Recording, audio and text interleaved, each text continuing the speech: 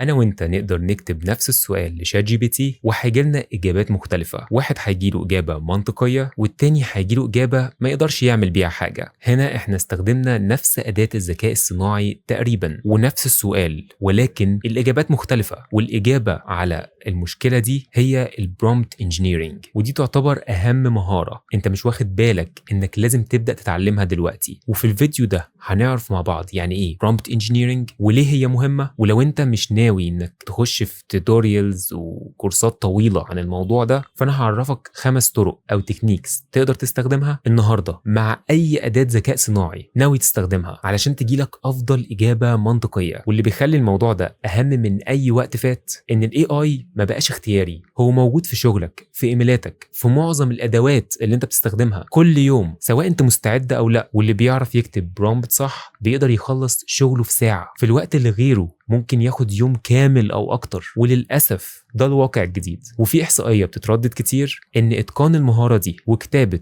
برومبت صح بتزود جوده اجابه الاي اي بنسبه 30%. والرقم ده طبعا بيبقى اعلى من كده لو الموضوع اللي بتسال عنه كان معقد او محتاج تفكير عميق. واحسن حاجه في المهاره دي انك مش محتاج تتعلم اي شيء جديد لكل اداه، سواء كانت شات جي بي تي او كلود او جيميناي او اي اداه ذكاء صناعي ممكن تظهر في المستقبل. المبادئ هي بالظبط، اتعلمها مرة واحدة وهتقدر تستخدمها في أي حاجة بعد كده. يلا بينا نخش على ال5 طرق اللي تقدر تستخدمهم علشان تقدر تحسن إجابة الذكاء الصناعي، وبالتالي هتنجز شغلك وتوفر تكلفة. أول حاجة، حدد له دور. ما تدخلش عليه اي على طول كده وتبدا تساله من غير ما تمهد له الاول. قول له الاول هو شغلته ايه. مثلا لو انت مبرمج وناوي تساله على كود، قول له انت مبرمج محترف وانا هسالك على كذا وكذا. وده بيخلي الاي اي يركز في مجالك بدل ما يجيب لك كلام من بره الموضوع. لو ما حددتلوش وظيفته ايه، ممكن تيجي تطلب كود تلاقيه جايب لك شرح نظري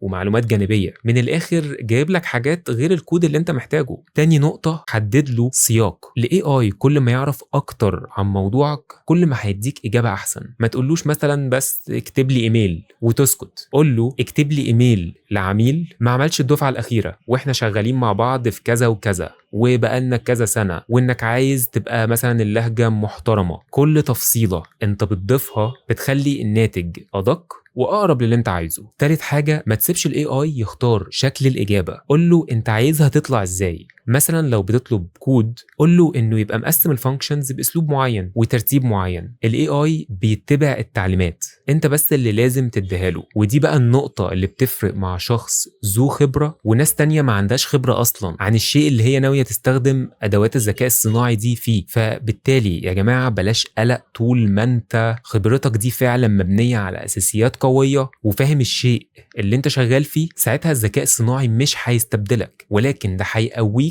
وهيحسن شغلك. رابع حاجه، انك تطلب من الذكاء الصناعي انه يفكر بصوت عالي. يعني ايه؟ ما تكتفيش بالنتيجه بس، اطلب منه انه يشرح لك هو وصل لها ازاي خطوه بخطوه. ده اللي بيتسمى chain of thought prompting. الميزه الكبيره هنا هو انك تقدر تراجع هو فكر ازاي وتعرف هو عمل ايه بالظبط. بس الحاجه الوحيده اللي لازم تاخدها في اعتبارك ان ده بيستهلك توكنز كتير، يعني ممكن يكون مكلف شويتين، بس النتيجه اللي هيديها لك هتكون اوضح واسهل انك تراجعها. خامس حاجه، ما تاخدش اول اجابه كده وتمشي. ناس كتير بتاخد اول رد وبتستخدمه على طول، وده غلط. لان اول ناتج دايما بيطلع من الذكاء الصناعي عاده بتكون بدايه بس انك تاخد حاجه حلوه بعد كده. لو دخلت معاه في مناقشه طويله شويه فطول بالك، راجع، عدل، اسال اكتر من مره. قول له مثلا لا عدل الاجابه دي خليها اقصر، او عدل الاسلوب. عاده احسن نتيجه بتيجي في المحادثة الثالثة أو الرابعة، لأن ما زالت موديلات الذكاء الصناعي محتاجة مراجعة مننا بشكل مستمر علشان توصل لشيء فعلا تقدر تعتمد عليه. دلوقتي بقى خلينا نتكلم عن معظم الأخطاء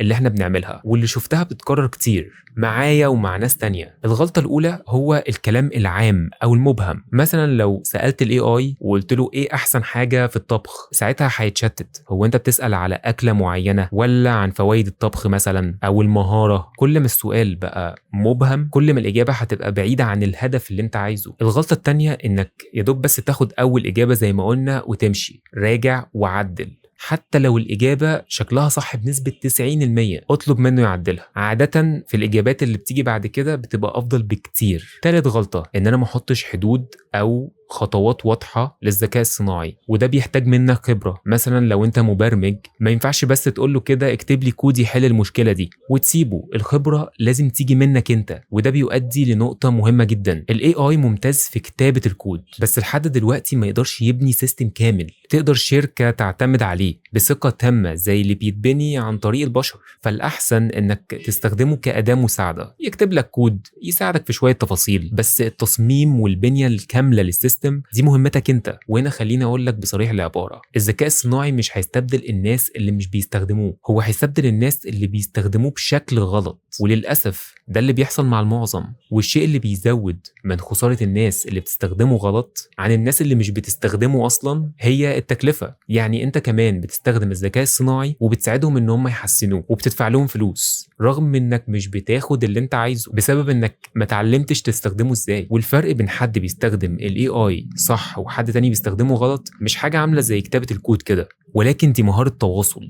يعني لازم نتعلم ازاي نبقى واضحين ونبقى محددين اكتر في اسئلتنا، وتعرف بالظبط انت عايز ايه من الاداة دي وتوضح له في خطوات زي ما قلنا قبل كده. وده بالظبط هو السبب ان ال AI صعب انه يستبدل اصحاب الخبرة، لانه ما زال لسه محتاجهم يقولوا له ايه اللي المفروض يعمله بالظبط. غير كده هيجيب لك اجابات عامه بعيدا عن اللي انت طالبه. لو عايزين نتكلم عن اي طريقه من اللي احنا ذكرناهم دول بشكل تفصيلي اكتر، او في موضوع معين عن الذكاء الصناعي عايزين نبدا نشرحه، اكتبوا لي في الكومنتات وان شاء الله هيتعمل له حكايه لوحده. ولحد هنا خلصت حكايه النهارده، واشوفكم في الحكايه اللي جايه على كودكس لاين، والسلام عليكم.